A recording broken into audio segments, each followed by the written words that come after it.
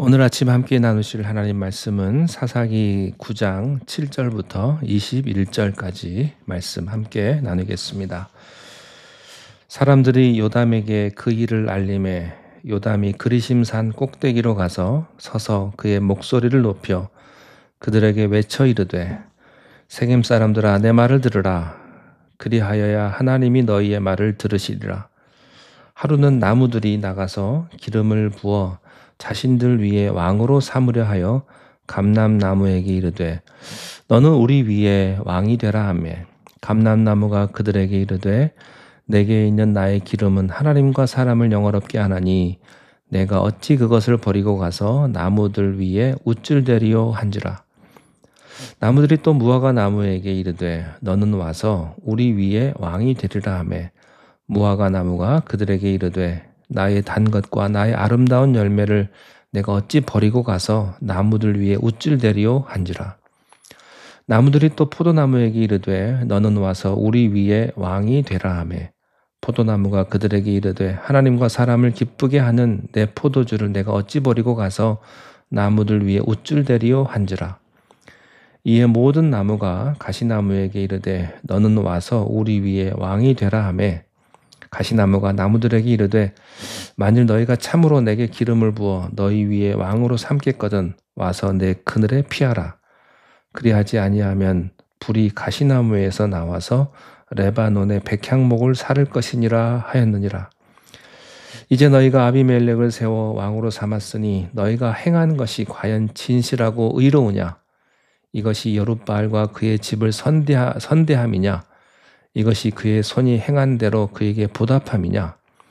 우리 아버지가 전에 죽음을 무릅쓰고 너희를 위하여 싸워 미디안의 손에서 너희를 건져냈거늘 너희가 오늘 일어나 우리 아버지의 집을 쳐서 그의 아들 70명을 한 바위 위에서 죽이고 그의 여종의 아들 아비멜렉이 너희 형제가 된다고 그를 세워 세겜 사람들 위에 왕으로 삼았도다. 만일 너희가 오늘 여룻바알과 그의 집을 대접하는 것이 진실하고 의로운 일이면 너희가 아비멜렉으로 말미암아 기뻐할 것이요 아비멜렉도 너희로 말미암아 기뻐하려니와 그렇지 아니하면 아비멜렉에게서 불이 나와서 세겜 사람들과 밀로의 집을 살을 것이요 세겜 사람들과 밀로의 집에서도 불이 나와 아비멜렉을 살을 것이니라 하고 요담이 그의 형제 아비멜렉 앞에서 도망하여 피해서 부엘로 가서 거기에 거주하니라. 아멘. 하나님을 만났고 하나님을 위해서 큰 일을 행했던 이 기드온에게서 참 괴물과 같은 아비멜렉이 나왔다는 것은 참 역설입니다. 그런데 그게 또 인간입니다. 사실 인간 안에는 그런 모습들이 그 양면이 존재합니다.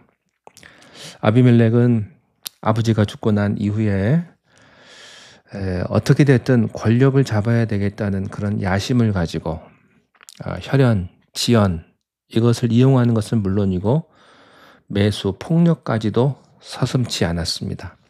수단과 방법을 가리지 않았습니다. 우리가 하나님의 뜻을 이루려면 그 과정이 합당해야 합니다. 우리가 성공하는 것보다 더 중요한 것은 옳은 방법으로 성공하는 겁니다. 성공하기 위해서 악마의 힘을 빌리면 돈을 힘을 빌리고 잘못된 사람들의 힘을 빌리면 어떻게 될까요? 아비멜렉은요 돈과 권력만 잡으면 된다고 생각을 해서 20대 초반에 권력을 잡았는데 그가 빠르게 비상한 것만큼 빠르게 추락하게 됩니다. 왜냐하면 이 모든 과정이 자기 뜻대로 되는 줄 알았는데 이걸 지켜보시는 하나님이 계셨어요. 하나님께서는 이 학살에서 살아남은 요담을 통해서 세겜 사람들에게 이 문제를 하나님이 어떻게 보고 계시는지를 질책을 하셨습니다. 7절에 사람들이 요담에게 그 일을 알림해 요담이 그리심산 꼭대기로 가서 서서 그의 목소리를 높여 그들에게 외쳐 이르되 세겜 사람들아 내 말을 들으라. 그리하여야 하나님이 너희의 말을 들으시리라. 이 요담은요 살인자 아비멜렉이 왕으로 추대되었다는 말을 듣고 세겜에 있는 그리심산으로 올라갑니다. 이 그리심산에 산 이유가 있어요. 이 산은 해발 한 800m 정도의 산인데 깊은 골짜기가 있고 맞은편에 바위가 있어서 일단 그 소리의 공명이 좋습니다. 또 무엇보다도 이 그리심산은요, 그 옛날 여호수아가 여기서 이스라엘 백성들에게 축복과 저주의 말씀을 선포한 그런 중요한 장소였습니다. 거기서 여호수아의 후예임을 자랑하는 세겜 사람들에게 너희들이 저지른 일이 어떤 것인지 그거를 하나님의 대언자로서 선포를 해준 거예요. 자, 요담은요, 짧은 우화를 통해서 세겜 사람을 깨우칩니다. 우리가 우화하면 그 이솝 우화가 유명한데 그것보다 700년 앞선 아주 유명한 우화입니다. 자, 이 요담이 들려준 우화의 스토리는 간단합니다. 하루는 숲에 나무들이요, 우리도 왕을 세워야 되겠다라고 생각을 하고 가장 름름하고 멋있는 감람나무에게 갔어요. 우리의 왕이 되어 주소서. 감람나무가 거절합니다. 그랬더니 무화과 나무에게 갔어요. 그러면 당신이 우리에게 왕이 되어 주소서. 무화과 나무가 no. 그랬더니 그 다음에는 포도나무에게 갔어요. 포도나무도 거절했습니다. 자, 그런데 이 세 나무가 왜 거절했는지가 중요해요. 첫째는 감람나무는 이스라엘을 상징하는 멋진 나무였습니다. 나무들이 당연히 이 감람나무를 왕으로 추대하려 했겠죠. 그런데 이 감람나무가 뭐라고 했냐면 나의 기름은 하나님과 사람을 영화롭게 한다. 감람나무에서 나오는 올리브 기름은요, 성전의 등잔불을 밝히거나 하나님의 사람에게 기름 부을 때 쓰였던 아주 중요한 기름이었습니다. 식품이나 또 약용으로도 아주 잘 사용되는 것이기 때문에 정말 하나님과 사람을 기쁘시게 하는 그런 나무였어요. 감람나무는 그 일에 대한 이 프라이드가 강한 거예요. 나는 이 일이 너무나 자랑스럽다. 나는 딴 거 할 시간이 없다. 그 다음 무화과 나무를 찾아가서 왕이 되게 해달라고, 왕이 돼달라고 하니까 무화과 나무가 말해요. 나의 단 것과 나의 아름다운 열매를 어찌 버리겠느냐. 그 당시 고대 시대에는요, 설탕이 없었습니다. 무화과 나무 열매가 당분을 제공했어요. 열매가 꽉 차가지고 식용으로도 쓰이고 약으로도 쓰여서요, 사람들에게 정말 꼭 필요했던 나무가 그 무화과 나무 열매예요. 또 그 그늘이 커서 사람들을 시원하게 해주기도 했습니다. 그래서 무화과 나무는 자기가 맡은 일에 대한 프라이드가 강했어요. 세상 무엇을 준다고 해도 나는 이 자리를 떠나지 않겠어. 그렇게 말했던 거죠. 자, 세 번째, 포도나무를 찾아갔더니 포도나무가 말했어요. 나는 하나님과 사람을 기쁘게 하는 포도주를 만들잖아.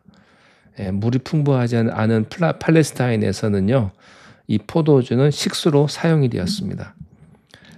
그리고 성전에서 제사 드릴 때 붓는 음료였어요. 축제 때 먹는 음료였단 말이죠.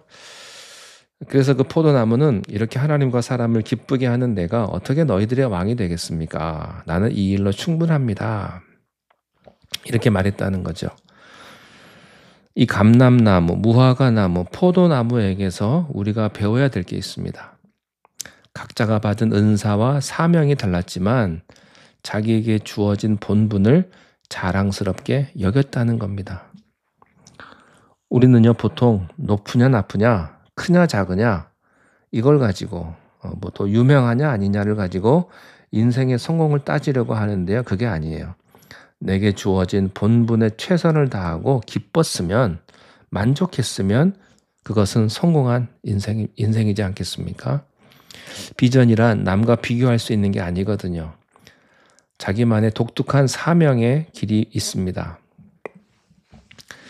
오래전에 미국의 유명한 신학교에서 그 총장 자리가 공석이었습니다. 그 신학교에서 수십 년 동안 학자로 존경받았던 어떤 노 교수님을 총장으로 초대하려고 했는데요. 이분이 거절해요. 저는 학자지 총장이 될 제목은 아닙니다. 총장과 학자의 은사가 다른 것 같습니다. 그러니까 미국에서 대학 총장은요, 어떻게 보면 비즈니스맨입니다. 그 총장은요, 여러 사람들, 부서를 아우르는 행정 마인드가 있어야 되고, 또 외부에 가서 펀드레이징을 해야 되는 그런 재정 능력이 있어야 되는데, 자기는 그 능력이 없다는 거죠. 차라리 내 제자였던 헌터 교수가 더 적임자입니다. 그래서요, 그분의 추천대로 그 제자 헌터 교수가 총장이 되고, 이분은 계속 교수로서 학생들을 가르치면서 그 신학교가 더욱더 발전했다는 이야기를 들었습니다. 자신의 본분과 한계를 알았던 이 노 교수님이 훌륭하지 않습니까? 왕의 자리를 거절했던 이 감람나무, 포도나무, 무화과나무가 바로 이런 분들입니다. 우리의 생각도 이렇게 바뀌어야 합니다. 뭐 1등 하냐, 2등 하냐, 누가 제일 크냐, 뭐 제일 큰 교회, 헌금 많이 나오는 교회, 높은 자리 가고 무슨 자리 하는 게 이게 중요한 게 아니고요. 자기의 본분, 하나님이 주신 사명에 충실한 사람들이 필요해요. 그래서 그 사명에 어긋나는 자리를 욕심내지 않아야 합니다. 욕심이 장성한 즉 죄를 낳고 죄가 장성한 즉 사망을 낳죠. 이 감람나무, 무화과나무, 포도나무 이 세 나무는요 모두 섬김의 삶을 추구했습니다.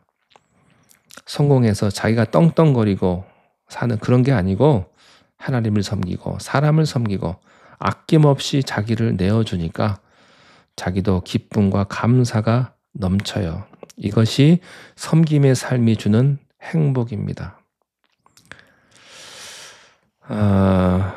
감람나무가 그리고 감람나무 그 다음에 무화과나무 이 포도나무는요 이 기드온과 그의 아들들을 상징을 합니다.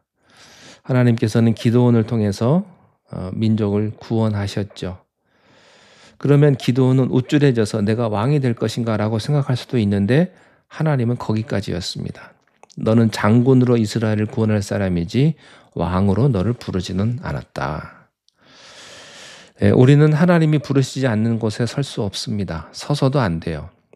그래도 기드온은 그런 영적인 분별력이 있어서 그 자리를 거절했던 것이고요. 그 아들들도 그랬던 것 같은데 근데 그 소생인 아비멜렉은 영적인 분별력이 없었던 거죠. 왜 그럴까요? 열등감과 또 그런 부족함, 그런 능력이나 권력에 눈이 멀어서 불의한 방법으로 자기가 가서는 안 될 그 자리를 욕심을 부렸다고 하는 것입니다. 아비멜렉은요, 역사를 어둠 속으로 몰고 가버렸습니다. 그 가시나무가 바로 아비멜렉입니다.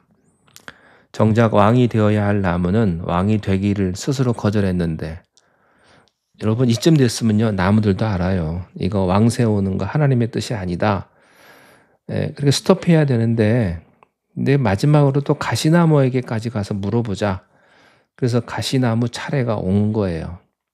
사실 이 가시나무는 새 나무들이 거절하지 않았더라면 절대 올 수 없는 기회가 오는 거죠.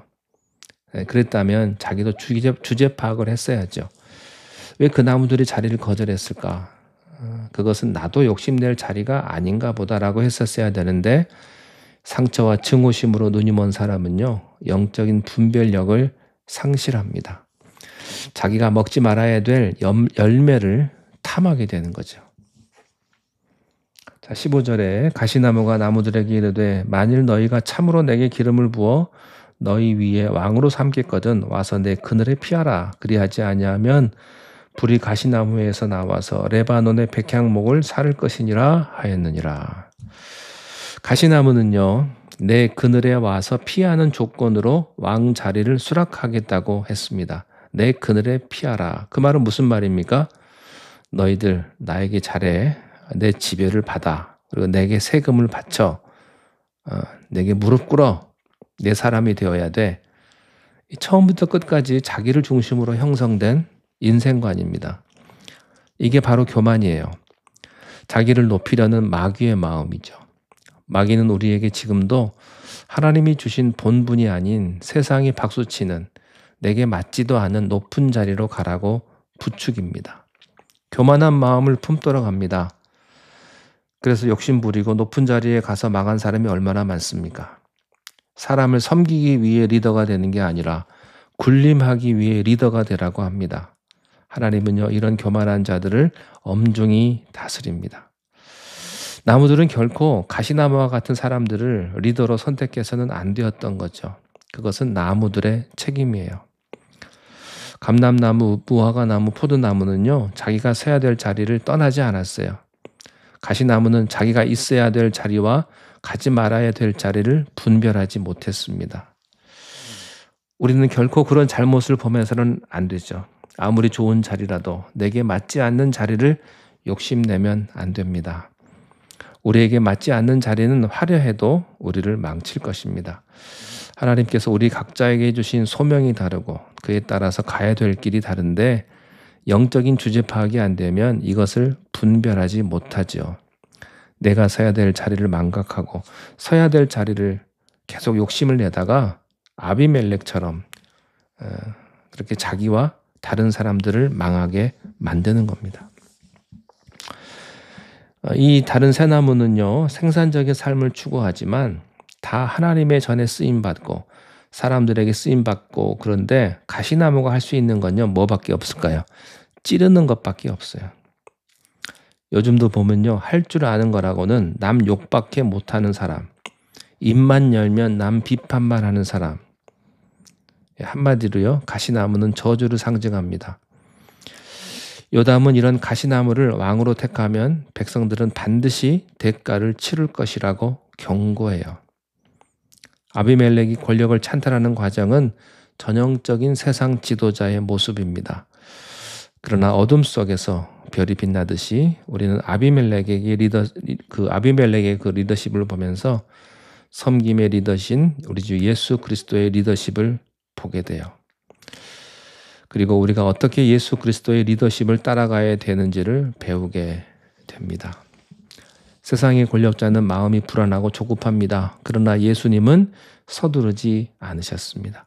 늘 하나님의 때에 따라 움직이셨습니다. 하나님이 역사의 주인공임을 아는 사람은요, 조급하지 않아요.